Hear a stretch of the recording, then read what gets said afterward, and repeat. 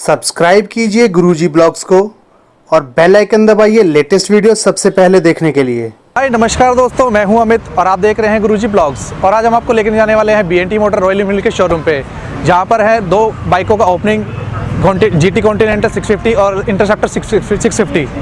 तो चलिए चलते हैं शोरूम पे और देखते हैं इसका launching event.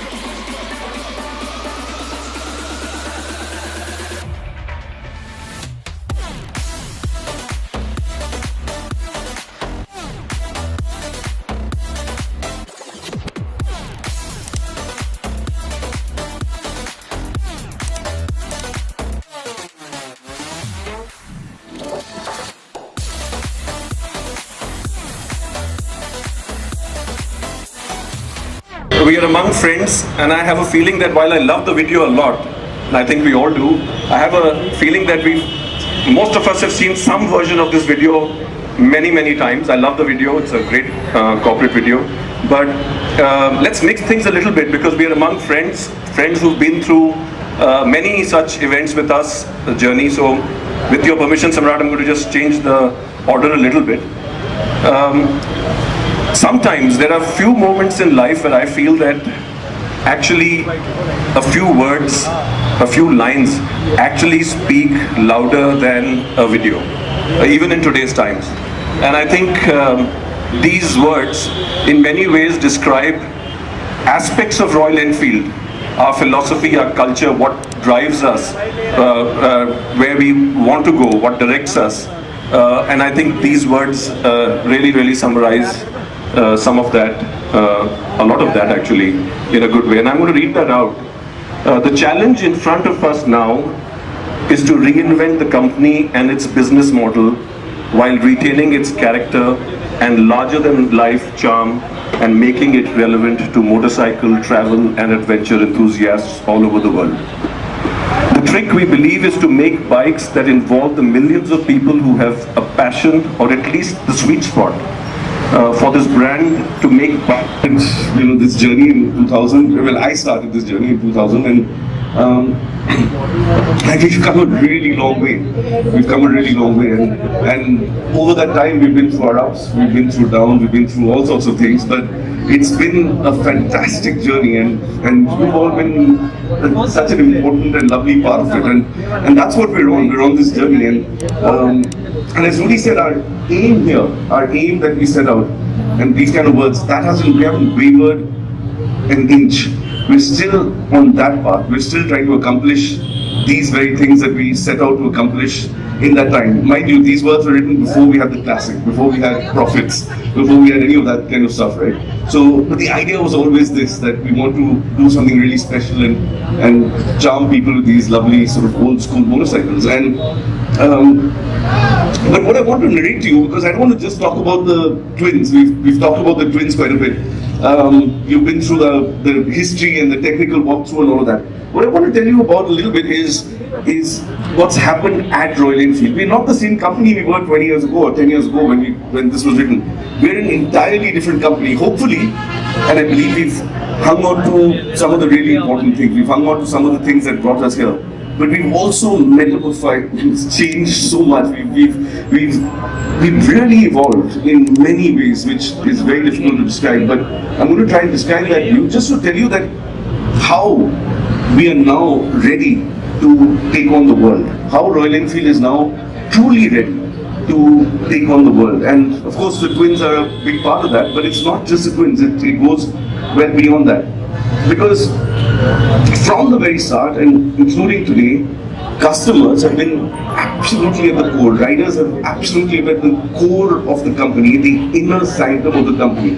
That's really important. Our product strategy has always been, and even more so. We have a strong team now. We have very strong capabilities, but that's at the very core of the start of new products. All of this starts with ideation, and in that core, we have all hardcore writers. You've met a lot of the team members here.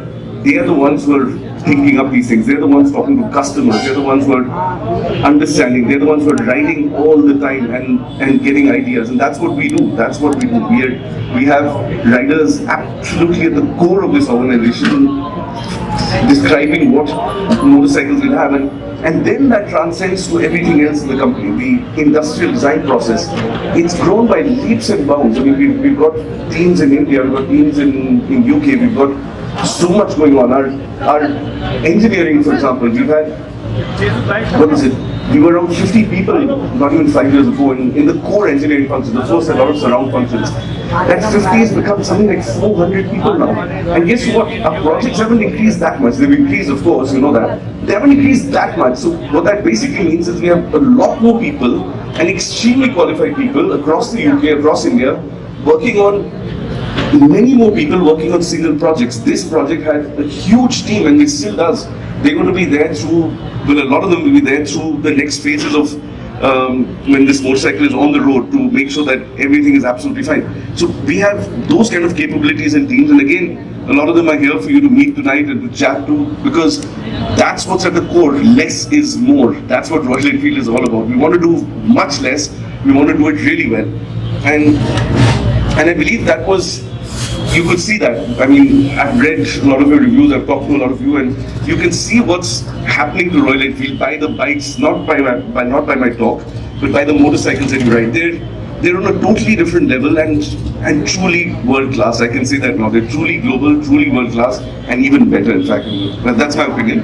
And so it's not just that, it's the new product introduction process which is also metamorphosized entirely. It takes us a long time to bring a product to life now, and they don't allow me to like sort of say, oh well, you know, can we change this last minute, all of that. That's not possible anymore, right?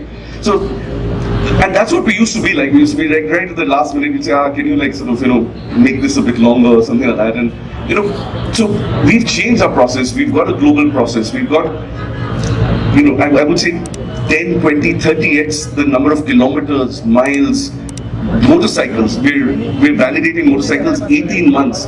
Hundreds of motorcycles are on the road getting torture tested.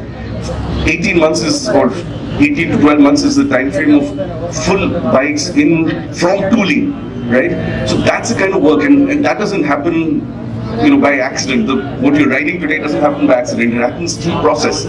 So we've totally changed how Royal Enfield works, and that moves on to our manufacturing as well, right? So it's the new product process, it's the product strategy where it originates from, and then it moves on to our manufacturing process. We've got the manufacturing renaissance started in Oregon in 2013. In 2011, when we decided to put up the new plant, we said, we're not just going to put up a new plant for capacity, we're going to change everything at Royal Enfield. We're going to change how we do motorcycles entirely. The best process, the best equipment, the best, everything is going to be there in Royal Enfield, and that's what we did. And we upgraded the entire company. We went to the best people in the world for everything. And that's what Oregon did for us. It didn't just give us capacity, it gave us a full new idea of manufacturing. You walk into a plant now, it's extremely modern. I wish some of you and all of you can go there. It's squeaky clean, there's no noise, it doesn't look like there's anything happening, it's just straight flow. There's no people rushing around, there's none of that. It's process, it's timeliness, it's just like clockwork. And that's what you need a plant to be, clockwork.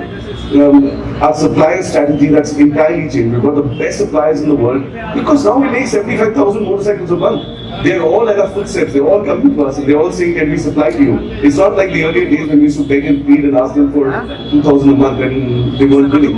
So we've got them and we work with them. In fact, our capabilities in some cases are well beyond our supplier capabilities now.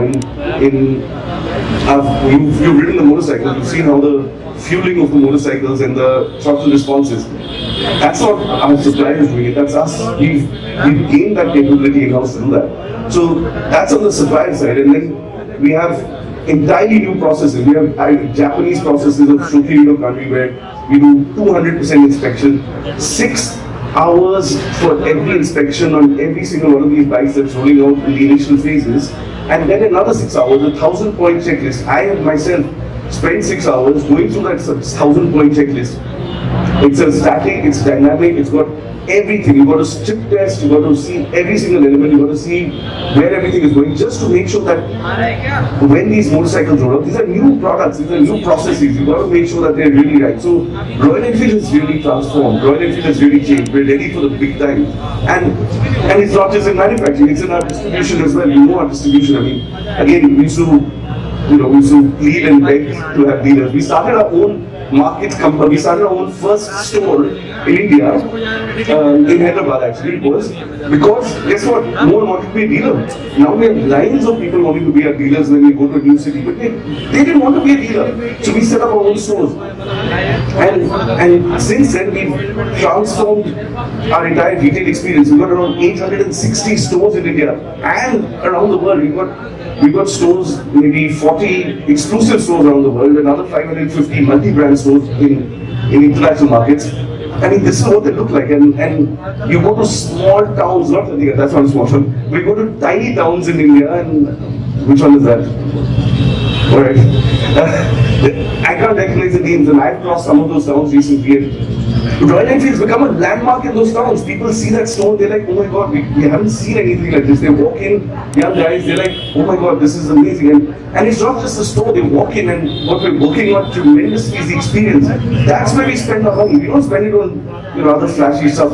We're spending our money on training our people, on hiring the best people, on hiring sales people of a very good quality. People who are not just going to show you a price list when you walk in. Hopefully, I mean, when you go do some blind testing, you'll see what happens. But they're going to engage you in conversation. They're going to understand how you ride motorcycles. They're going to chat to you on one-to-one basis because they understand motorcycles themselves. They're not just chokra boys who are just there to give you a price list. They're there to encourage you, engage with you, and do all of that. And our service has gone through an outstanding and absolute change.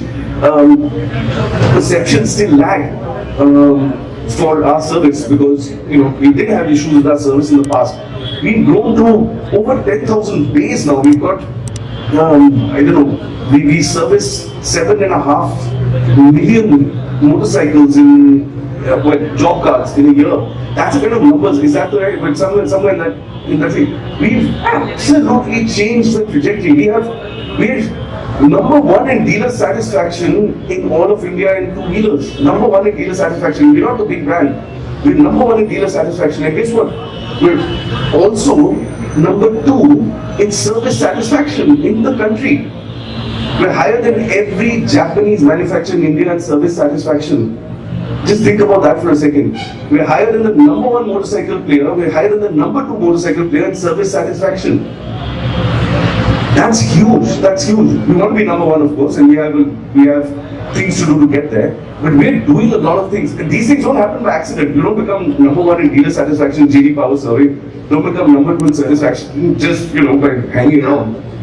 We're working on it. We're really putting our effort, energy, everything that we have behind all of these things to make sure that this premium product, we get the learning, we are able to deliver a premium experience which is entirely different from what other people are able to deliver. So that's the sort of route we're going down. And I think, and what I just want to try and tell you and establish to you is that this is the learning that we've done. This is the progress that we've made at Royal Enfield. It's an enormous progress, and this is what's all of this home market stuff that we've done in India, all the stuff that we've done here.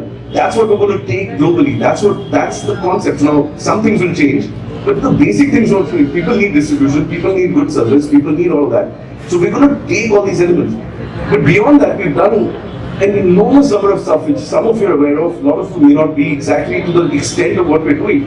We've got a very large apparel team. We've got 25, 30, 35 people, even more maybe, who are doing these gorgeous things and all those lovely helmets, all those lovely riding gear. We're making a business out of it. It's not just because it's a profit area or something. This is because we believe in order to be the brand that we want to be, in order to provide a vast variety of experiences and personalization and safety options in this case. We want to give something that people really want. So when we first launched a big heavy riding gear, of course some people bought it, but then we discovered in India people want really lighter stuff that they can wear on a daily basis. So we've transformed the entire riding gear. If you see these lovely sneakers like this, that's what we're making. These are proper riding sneakers. These are going to save your foot if you're going to have an accident, because that's what they're about. But they look good. I mean, I think so. I'm biased, but they look good in my opinion. They look good. And you can wear them out. You can wear them out to the pub. You can wear them out when you're going out. So, what we discovered is the young kids who are riding our bikes, they're not like some of us here. They're not middle-aged chaps. Not all of you, sorry. But not like me, sorry. I meant me. They're kids. They have 2 pairs of shoes. They have 1 jacket. They don't have like this big wardrobe full of stuff. So when they buy that 1 pair of shoes extra, you've got to give them something which they really, really love. And same with accessories. We've got an amazing accessories team, and they get involved 3 years, 4 years before we have started production, because all of these lovely accessories that you're seeing on these motorcycles, these engine guards, these things, all the saddlebags which are not here, all the seats, they've been testing, validation, designing well before the product launch. I mean, 3-4 years, so that all of that is integrated, the mounting points, everything. So it's all pakka stuff. This is not like, oh well, shit. And honestly, we used to be like that earlier. It used to be like, few months to go for launch, guys, where's the accessories? And then one Johnny would wake up and we'd say, oh, quickly make this, quickly make that. Then they say, oh, it doesn't fit. Then we have to try and fit it. We are sorted now. That's not the company that we used to be like that. We've changed now, and it's not just that. It's the entire ecosystem. We're working with tour operators. We're working with rental companies. We do rentals from the Raj Cafe here, and we do it ourselves. We do rentals from our Bali store. That's because we want to learn the business of rentals. We want to have all the mom and pop stores in Bali and in all these lovely places like Goa and other beautiful spots where people go, where all of us go to visit on holiday. We want all those bike rentals to have a few Royal Enfields. And why is that? It's because then people go there, they experience Royal Enfield in an environment which is relaxed, like Goa and all of that, and then you experience it in different ways. So we work with all these people in a very deep manner, and that's where we're putting our focus and energy. We've got, as you know, as some of you would have seen, we've got a great custom program. Again, we're working with customizers all over the world, in Taiwan, in Colombia, in the US. We got this gorgeous one here. We got that honorable racer as well. We got, so it's performance stuff. It's this gorgeous stuff. We're working with people around. One, to attract, to make something super and attractive and maybe even performance oriented. But the other is also to engage with these people, this ecosystem of amazing people who are doing things like customization, so that next time a customer comes in, they'll be like, look, we can do a stellar job on a Royal Enfield, right? And then they'll sort of customize that, and that builds more personalization options. We can't do everything ourselves. We can make a custom look motorcycle, but we can't customize a motorcycle ourselves for our customers' needs. We do, we do lovely, some of our big rides we do in Bali, not just we do, and some of our big events like Ridermania, but we're doing tens of thousands of rides now. It's not few rides. Our dealerships are doing tens of rides a year, 20 rides a year. They're doing short rides, longer rides. They're working with our communities, and they're doing lots of their own stuff. They're doing events themselves. So we're creating this absolutely vibrant, thriving brand which has got a critical mass. We've got 3.5 million Royal Enfield riders out there, maybe more, I don't know, but and it's a brand that's created out of pull. These are people who want to be part of Royal Enfield. We're not out there pushing and trying to get more numbers. We're not that kind of company. So we've created something which through a very long-term approach, we've said, look, we want to accomplish this, and that's where we go back to that. We want to accomplish this, and step by step we've been putting things into place in order to accomplish our long-term aim of creating an absolutely beautiful brand.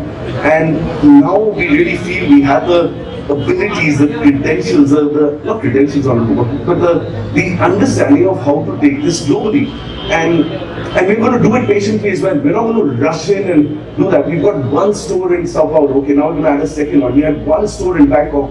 Again to learn, again to understand, again to eat, breathe, sleep that place. We've got lots of our team members now in there and really senior people now in international markets. Again to just understand and once we do that, then we start increasing and the pull has started.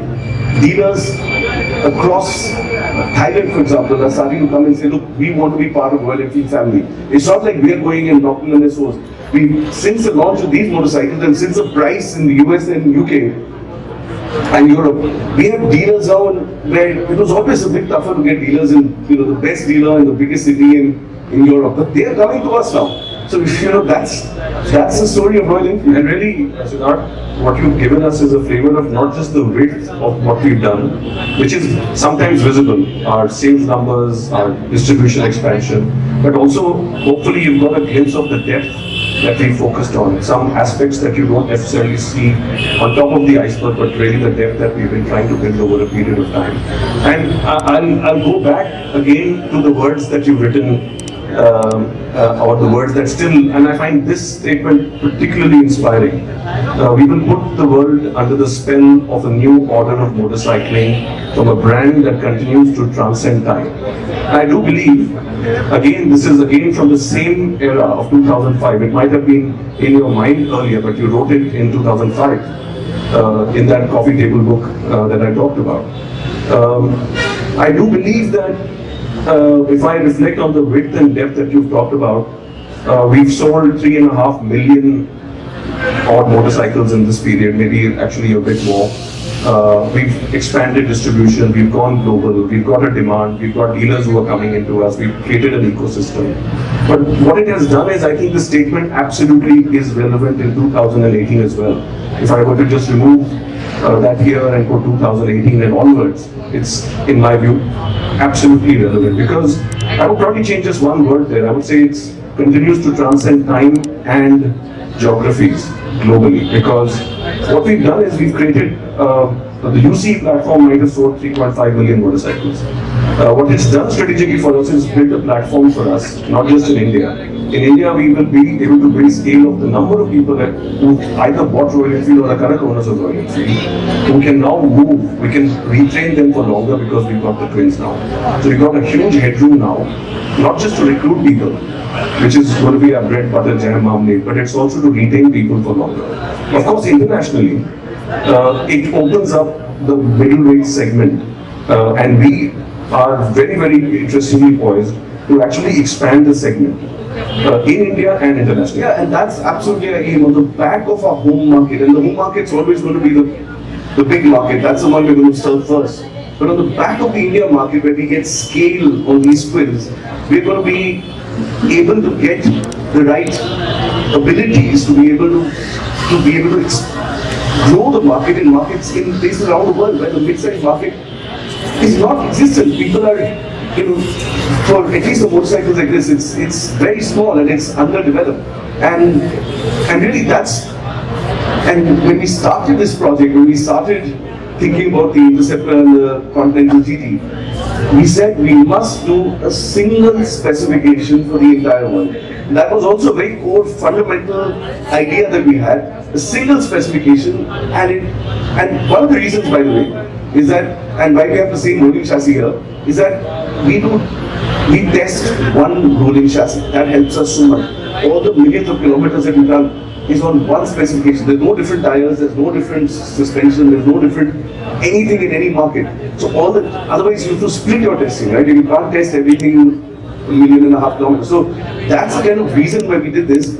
And I think the results are there, and you can see what people have said about it. Absolutely. These are just some of the comments that we've already received, and that delights us no end, but we're also humbly not surprised because of the depth that we've built. We know that we will keep improving constantly, and I think some of the response that we've already received has been extremely delightful. Really, that gives us the confidence that we can expand the middleweight motorcycle market even further. We were expanding it, if you like, at the entry level end, the 350cc, yeah. But now we're moving to the top end of the middleweight in some ways with this, which will open up the market. We're going to expand it in India, we're going to expand it in the rest of the world. Yeah, and like I said, I'm a bit overwhelmed by the response, but I really do think we nailed it this time. I really think we've got outstanding products, and this is not for everybody, mind you. Some people want something entirely different, a lot more tech, a lot more gizmo, a lot more fairings, all of that. That's not us, a lot modern product. That's not us, they want, different wheels, all that. But for the people who like this kind of product, I think we've absolutely nailed it. And I'll say one more thing, I think you absolutely said the right thing. We've got a single spec global product, but we have two very special personalities under that product, special brands which are very, very different personalities. I have a favorite, I'm sure you will, and you do too, but that's the beauty of this platform. It allows self-expression, discovery of the self, and move towards one of the two, sometimes maybe both. I'm also confused which one I'm actually now more in love with. But that's the beauty of the fact that this platform has allowed us to create two very distinct personalities and character. And in fact, let me segue that into requesting Samrat to run the two very different films.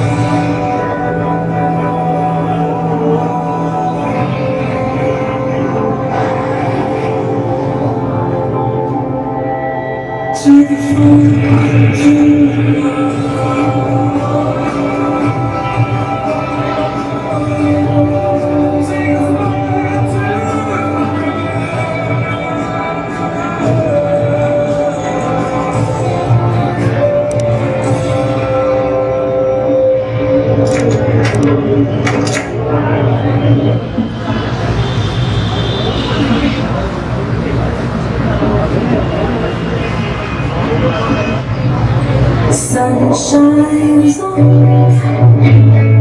and the wind is cold. Yeah, it's cold.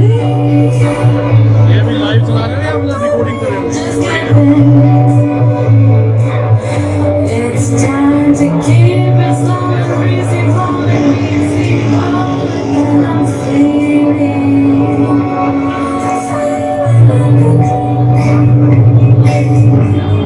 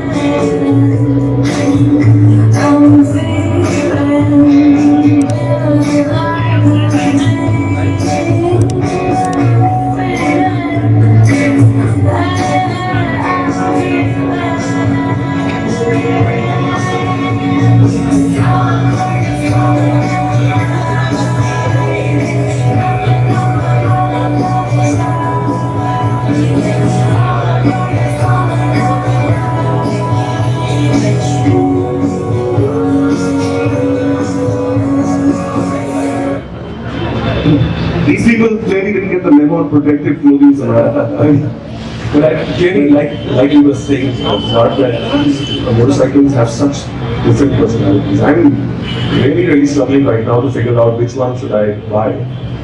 And speaking of buy,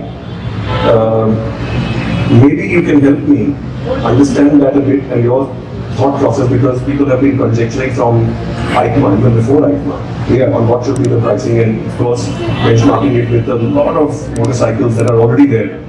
I mean, but maybe you can help me with my decision, because So these are some of the comments we pulled out from last year when we first revealed these motorcycles, and you guys know the state of Indian, like, let's say, bigger motorcycles, right? 500cc RS. They're really expensive. They're really sort of, 5, 6, 10 lakhs. But it's not just expensive. They're expensive to run. Fuel, spare parts, not available, no dealers. I mean, that's one of the reasons no one's buying these big bikes, and they really take them out, and so therefore everyone is like, guys, we want to, these are real, comments, under 4 lakhs selling guys, wishful. Under 4 lakhs of the aggressive, and 4.8 lakhs of the cafe racer after the, so we have, this guy said 5 lakhs out there. Venkatesh, I'm going to catch Venkatesh and I think he's going to. guy up there with 5 to 6 lakhs. Yeah, so but that's the state of Indian motorcycle. That's what people expect. It's changed a little bit, these comments in the last few weeks, because all you guys are spreading some rumors, and then there was some online stuff going on earlier today with some leaks which were, I think, don't believe anything they say, right? Because you know how it is in the internet. So that maybe that's gets wrong in the end. That's also why the total market, I don't want to get my number very wrong, in India for the twins, or all twins put together, is not more than 5,000 a year. It's hardly anything. For all multi-cylinder, maybe 15,000, maybe 15,000. All multi. So we want to make that 20x, we want to make that 50x. Like we did for the 350s, right? I mean, there was no market for above 250cc motorcycles in India, when, other than Royal Enfield, and we're still over 90% of that market. So we want to do that. We want to do exactly that, and we want to make these guys happy. We want to make sure that all these guys, all our customers, and not these, our customers, that's what they've said, around 4.5 lakhs. Right, about 1.2 lakhs. Okay, will you help me make my decision? And because that's what I think a lot of people want to. So we're going to have a pricing that will be absolutely bloody cracking, right? It's going to be one that absolutely opens up the Indian motorcycle market above 500cc. It's going to change forever. And ladies and gentlemen, I want to present to you the price of our top models, the chrome models. The price of our chrome models is 5,55,000 only. Thank you. Chaps, Shaji, you want to sell a few?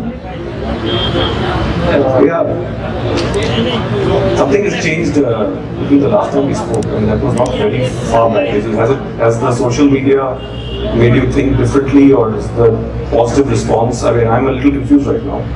I'm positively confused. Shaji, I hope you. Are you positively surprised? I think it's a good price, but Shaji, where's Shaji? There he is. I hope he's not getting a cardiac arrest, but I think we've discussed a slightly different number, because it's a good price, but I'm confused right now. But the thing is, really, that I was just thinking that there's margin pressures these days. Yeah.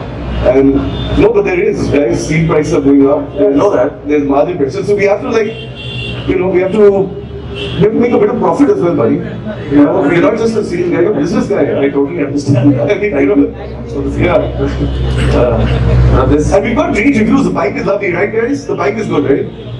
They love the bike. So so surely people are willing to pay a bit for it, guys. So this is for the top models, right? This is for the top models. 1 second. Did you say models? Is that Is there a? Yeah, for the top models, the chrome models. Hang on. Models. Chrome models. Yeah, sure. Can you tell us the Next slide.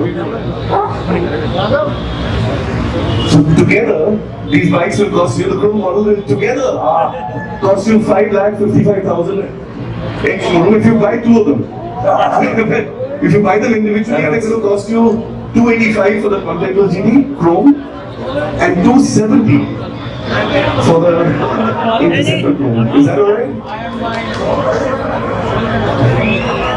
Yeah, I think guys, Chrome guys. X-showroom. Yeah. This is, we try to normalize the ex-showroom price across the country. We have situations where the duties are higher in a few states. We'll get to that. Yeah. So next, we have the custom models. These are absolutely gorgeous. Custom models. The Continental GT custom models will be for 272,500. Is that it? Yeah. And the Interceptor 650 for 257,500. So that's a custom model. These gorgeous dual color custom models like this one here. It's going to cost you 272,500 ex-showroom. There's more. Well, of course, there's the. I mean, they call it the standard, but standard, we didn't have a better name. I think it's a monogram one. The Orange Crush, it absolutely crushes me. Honestly, that's my favorite motorcycle. Well, maybe the Chrome, but the Orange Crush for me absolutely does it. Tell us the price for that? Yeah. We move on. Standard, but not standard. These are gorgeous. The standard models. 265,000 for the Continental GT and 250,000, ladies and gentlemen, 250,000 for this gorgeous Orange Crush and some of its siblings, the Interceptor IMT 650, and that's all right. All of these come with a 3-year warranty, 40,000 kilometers in India. All of them come with 3-year roadside assistance, which is bundling all of this price. And we are so ready. We are so ready. All the work we've done on the service side, we are absolutely ready. As we speak right now, how many people do we have out there in stores? What is it? 120 stores. I got stores. Sorry. People 7,500 have been trained.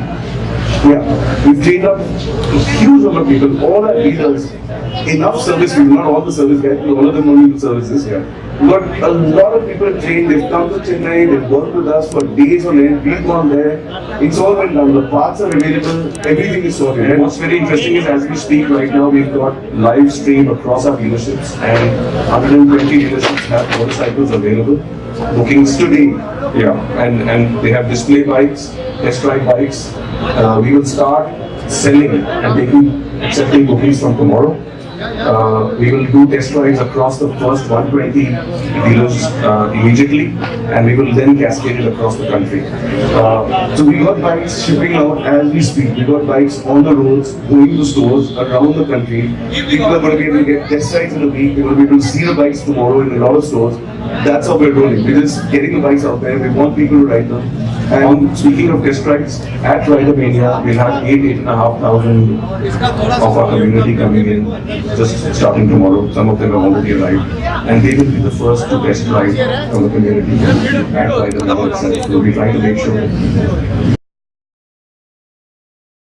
Is that alright? Yeah, I think guys, home guys. Ex-showroom, yeah. This is, we try to normalize the ex-showroom price across the country. We have situations where the duties are higher in a few states. We get to that.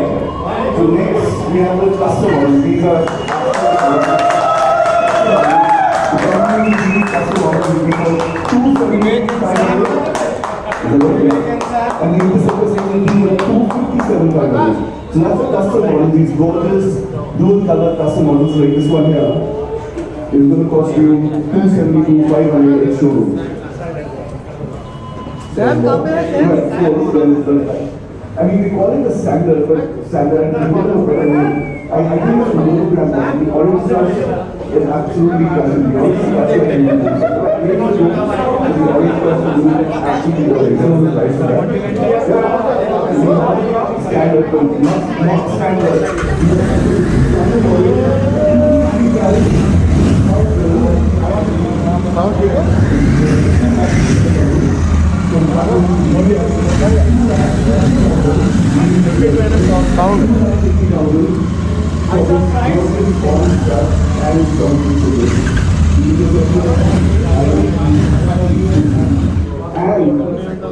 Interceptor का price announce हो गया, but interceptor का जो starting price होएगा ex showroom 2.5 lakh रुपए।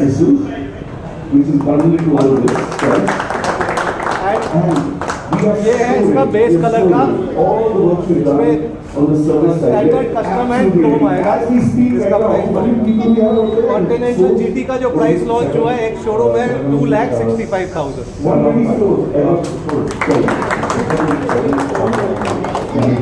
उसका 2 लाख उसका 2 लाख 2 लाख